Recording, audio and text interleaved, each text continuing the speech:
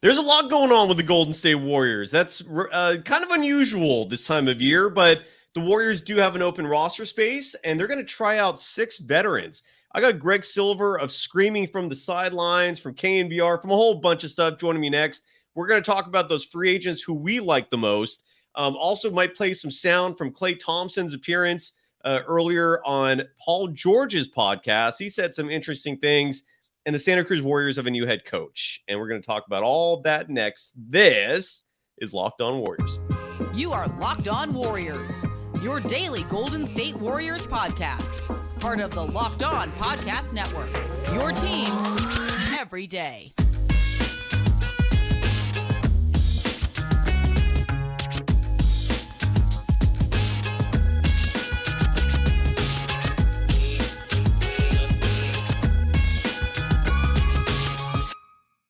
Thank you for making Locked On Warriors your first listen every day. We're free and available wherever you get podcasts and for every live show on YouTube, not to mention our regular shows as well. Part of the Locked On Podcast Network, your team every day. You can follow Greg Silver on Twitter at Greg O.H. Silver, Greg O. Silver.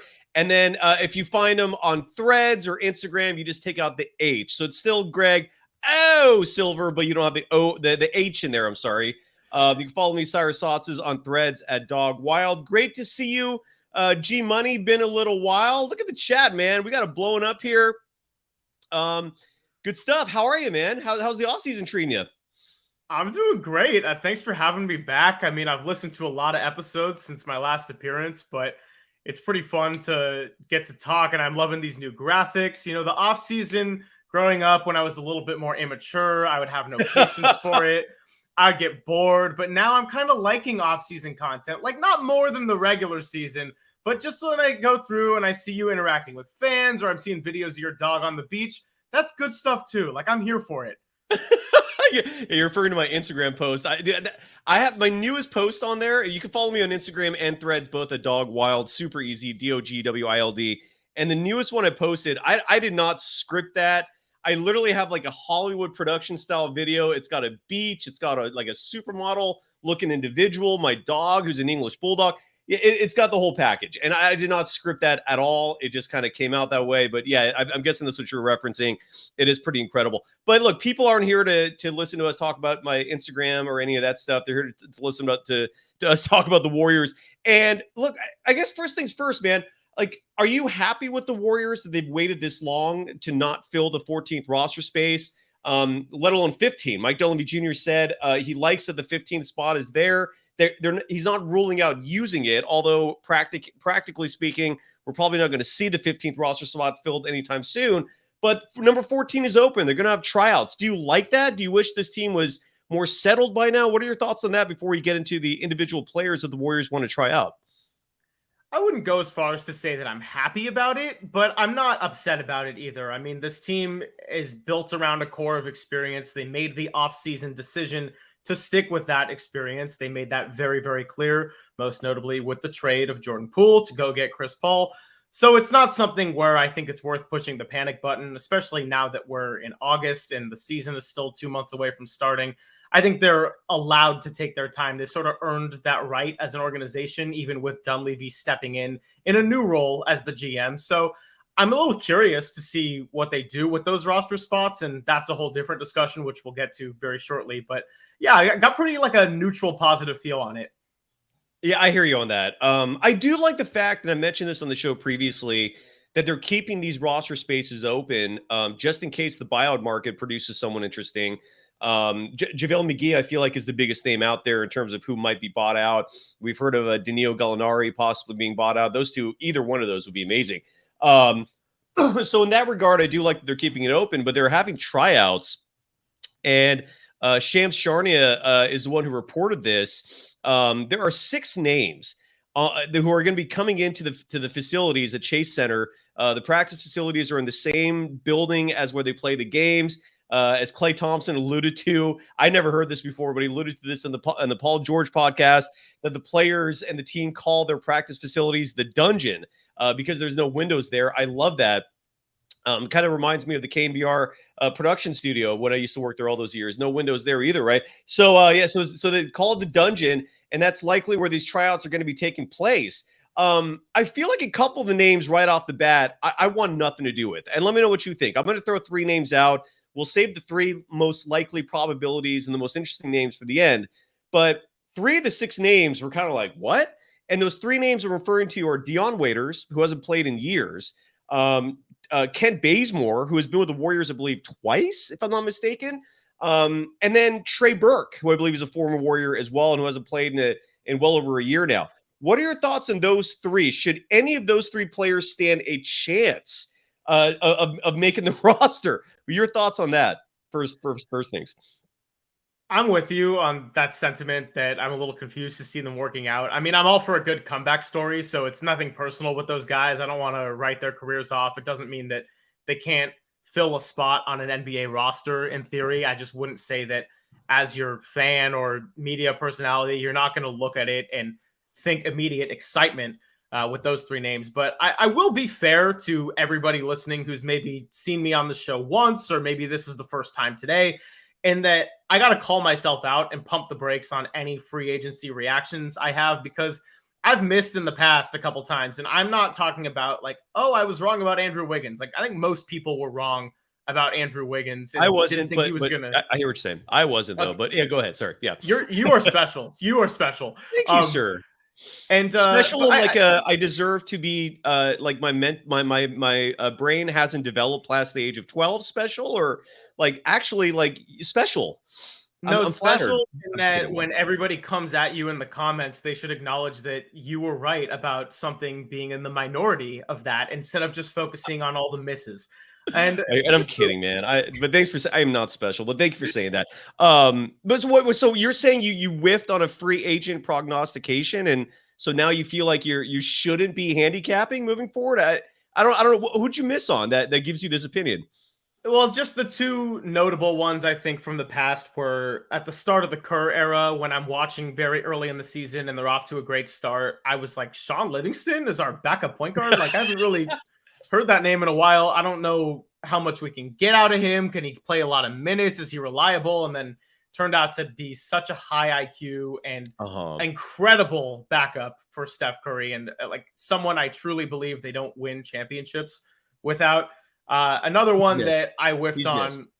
Yeah. Another one I whiffed on was Otto Porter. Actually, when I found out about that news, I kind of had that gut reaction of, why are we signing someone who is aging and, is just kind of like, I thought was just kind of on the decline of his career. I didn't think he was going to be that good of a shooter. I didn't think he would be reliable NBA finals type of piece for us. I was completely off the mark on that one, and I'm really glad that I was. So I'm just going to limit my knee-jerk reactions here a little bit and just let you all know that what I say is not necessarily the law. We're going to be okay. Look, you're not going to find anyone in this business who is 100% right. So don't beat yourself up so much. We're in the business of sharing your thoughts. If you're not opinionated, you're not entertaining in this field. So just because you missed, look, Skip Bayless misses all the time. Stephen A. Smith, whoever you want to point out to, they miss all the time, man. So please don't hold back for that reason. What are you doing? And I don't want you to hold back on this player, which I've heard a few people mention as liking among these 6 options, and that's Tony Snell. Tony Snell is a journeyman. Tony Snell has played for a lot of teams over the years. More recently, like last year, for example, he didn't even play in the NBA last year. I didn't know that, but 2 years ago, he played for Atlanta, Toronto, Portland, and the Pelicans. He moves around a lot.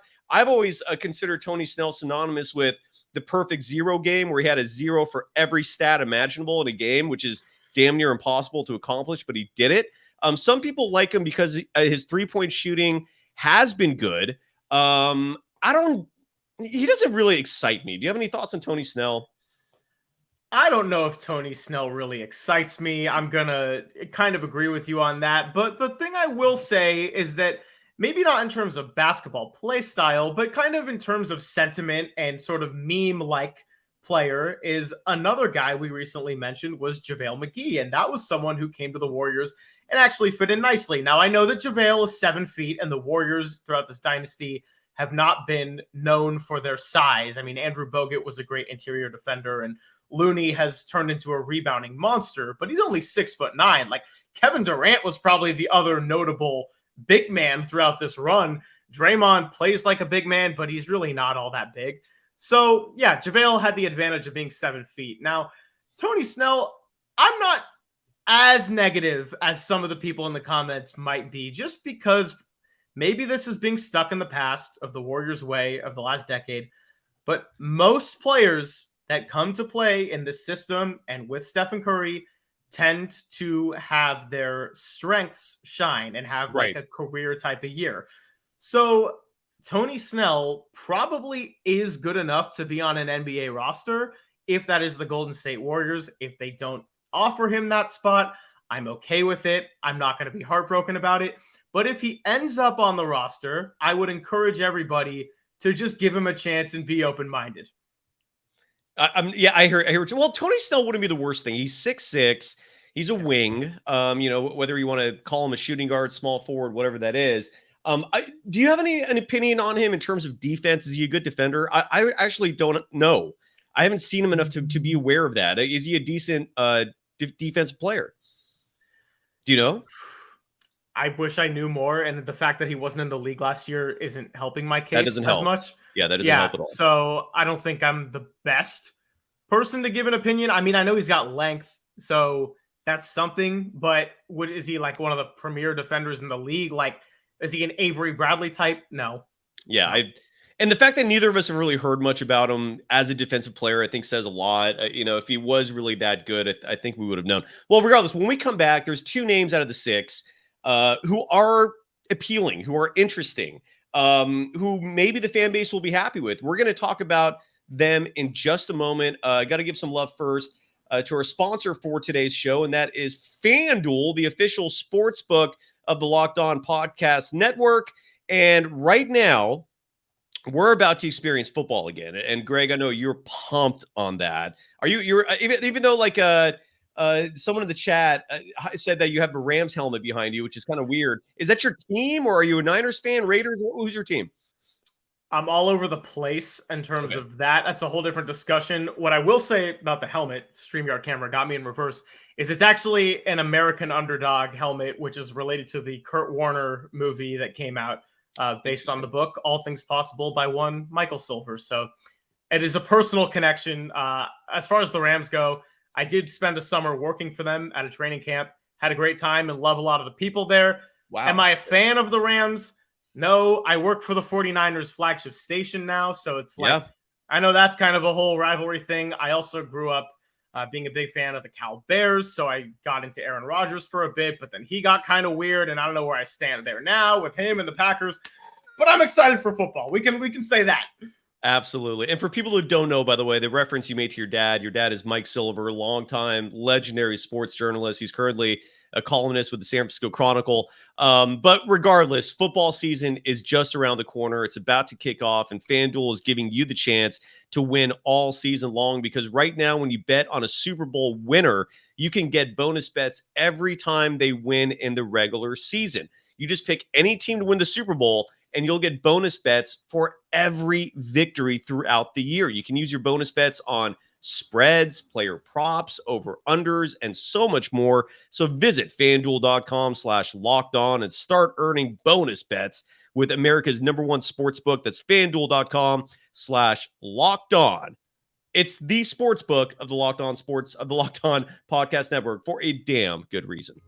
You are Locked On Warriors, your daily Golden State Warriors podcast. Part of the Locked On Podcast Network, your team every day. Thank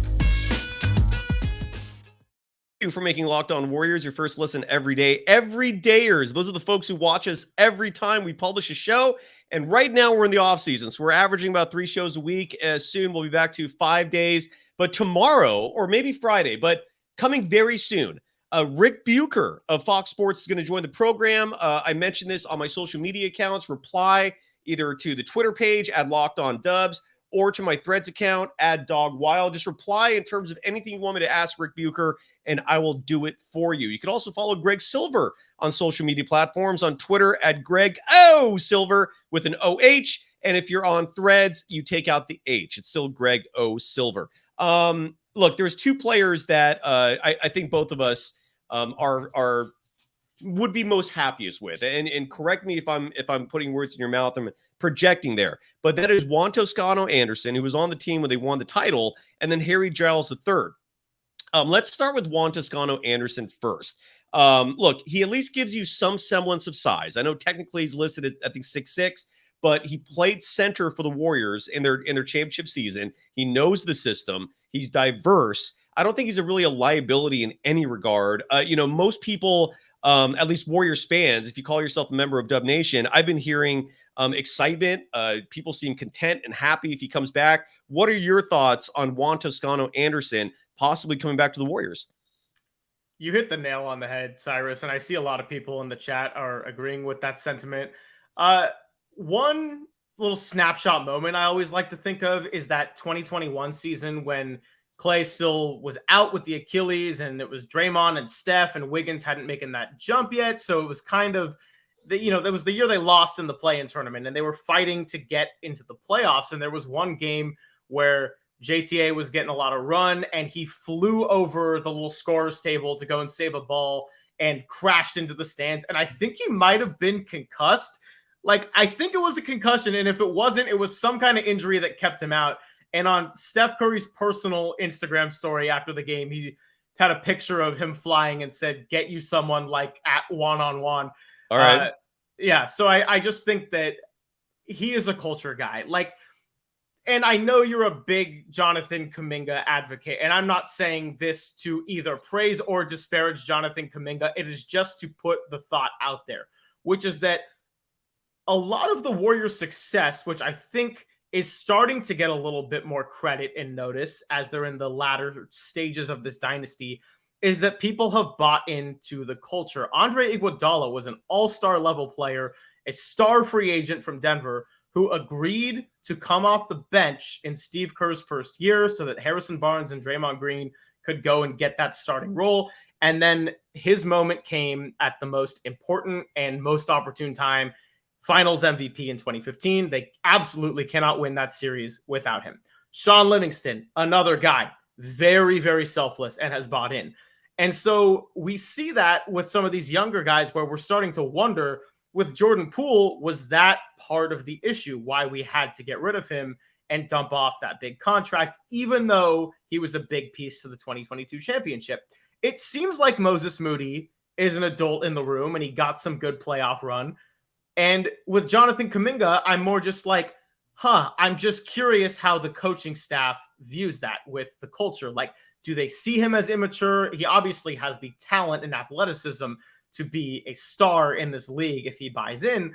I don't know what he's like on the day-to-day and the internal. And with JTA, I think we do know what we're getting, and that's a guy that has won a championship. He understands the system. He understands the culture, and the guys seem to love him. I don't think I've ever heard either internally or externally anything negative about this guy. I mean, he is not an all-star level NBA player, but to have him back in, I guess it's now San Francisco technically, but a guy who's from Oakland, who jersey number is 95 because his grandparents lived on 95th Avenue. I don't see what's anything wrong with that. That's pretty awesome. And I think Al Addle's wife was his teacher in Oakland, right? When he was young. Yeah, he's got the connection is absolutely there. He was part of a championship team. That alone would make me satisfied if Juan Toscano-Anderson gets the 14th spot. And the chat, I think, reflects very clearly how Dub Nation as a whole feels. I think it's a solid sample size there, a solid representation of Dub Nation as a whole in the chat. But the other player is Harry Giles III. Harry Giles III is a former first-round pick. When it comes to size, he's impressive. He's 6'11", 240. That's his last listed size. One thing I was curious about, and he's a former Duke product, by the way, which I don't think we should just shake off. I mean, Mike Krzyzewski coached him. Now, granted, he also coached Kyrie Irving, but look, for the most part, Duke products are, they're kind of. He was kind of part of that too. Yeah. So, but he's got the Duke lineage, and from my understanding, because I've asked around a lot in terms of the quote unquote experts of this game, and how they feel about Harry Giles III. And it seems like the only thing that's held him back for most of his career are injuries. And he just really has not had a good run where he's healthy. And so the Warriors may be taking a flyer on him in that regard. Maybe that's just who he is. He's injury prone. I certainly would love it if they took a chance on Harry Giles III. I don't see a negative to having a 6'11" player who's incredibly athletic, a long wingspan. He doesn't shoot the three bad either. He is a long range shooter. So he's a perfect package. He's a two-way player. What are your thoughts on Harry Giles III possibly coming to the Warriors? So just to touch on a little bit of recent Warriors history, as in the very beginning of this dynasty, does Maurice Spates' NBA resume when he was before and after the Warriors, does that stack up anything close to what he was for Kerr's system? Okay, what do you mean? What more specifically? What are you asking? My point is that Mo Buckets was not only a crowd favorite, but his productivity was its absolute highest on the Dubs. When it was over, he did nothing on the Clippers, and he was like okay before that. But he had by far his best run with the Warriors. So with Harry Giles, he gets drafted into a Sacramento Kings regime, and I love the Kings. I'm so happy to see the way they've turned it around. But that wasn't a functional regime. Like, let's be real. The Kings were clowns across the league for a long time, as dedicated as their fans were, and as much as they didn't deserve it. That was not a good place to go and be drafted. And yes, he had the injuries, and obviously there are many, many other factors that go into it, whether you can hang on an NBA roster. But I like the workout videos I see on social media. Size does fill the hole of the Warriors. I know basketball, it's not always that simple, but sometimes it is simple. That is their biggest need. And as much as I will love Kevon Looney till the day I die, he can't give you 40 minutes a night, 82 games, although, I mean, he has not missed a game in like 2 years. So I'm not trying to undercut him. But like we got to have some size. We got to have some guys that can go out there and at the very least swallow up some fouls when you have to play against a Nuggets or a Lakers. I mean, that was what knocked him out of the playoffs, was struggling against length and size. Why not go fill the hole? Right. No, I'm totally with you. And, and if Kevin McClain, who complains that his career shooting percentage is 25%, I'm going off two things for why I think he's a decent 3-point shooter. One is the last year he played, he shot 35%. And then when you look at his workout videos, look, I know he's not being defended, and I understand that you can only take those with a grain of salt, but the dude can shoot the three. I mean, there was a video where I saw him hit like 10 or 20 in a row, and they were all net. I mean, so he can shoot. Who knows if maybe that goes down tremendously because, you have defenders in your face. I don't know. But I don't think he's a liability as a 3-point shooter. He might not be like amazing at it, but I don't think he's a liability either. Before we move on from this subject, and look, between the two, I lean toward Harry Giles III. I totally see what, I don't know if it was you or maybe Crystal here. I'm sorry. Crystal Sturdivant writes that since Giles still qualifies for a 2-way contract, sign both him and JTA. The only reason, and Kevin Dana talked about that as well. Off the air, we talked, and he mentioned Giles as a 2-way player would be awesome. I just don't know if you can. I think there's other teams expressing interest in him. I'm guessing he's going to look for a guaranteed deal. If he accepts a 2-way contract and you can get both him and Juan Toscano-Anderson, hell yeah, of course I'd love that. I'm just saying realistically, though, I don't know if him as a 2-way player is feasible given there's interest from other teams. But Harry Giles, I would slightly lean toward Harry Giles III in terms of his size, in terms of what he brings on the court. But Juan Toscano-Anderson, there's no debating. There's no dispute that when it comes to chemistry, which is a really important variable for these Warriors teams, when they've been successful, he brings that to the table. His teammates love him. He doesn't, he certainly does not cause drama. He gets along with Draymond Green, which is now a clear-cut criteria for joining the Warriors. So he checks every box. I would slightly prefer Harry Giles, though. And Rebel the Sounds adds, though, every time the Warriors played against Harry Giles, he played very good against the Warriors. But yeah, either one I'd be happy with, in all honesty. A few people in the chat bring up Bismack Biyombo, a player. Look, I would not be opposed to that. I don't think the Warriors are listening to me, but if the Warriors are interested in Bismack Biyombo, I would love him. I've had people on social media DMing me with all these crazy stats about Biyombo when he plays against the Warriors, for example, and how much havoc he causes in general when it comes to rebounding and shot blocking. I don't know why the Warriors aren't interested in more bigs. This is just who they're interested in. This is what Shams is reporting. Anything you want to add before we move on from the topic of the 6 players who are trying out for the Warriors? I just want to shout out Crystal. She does her research. Like, yeah.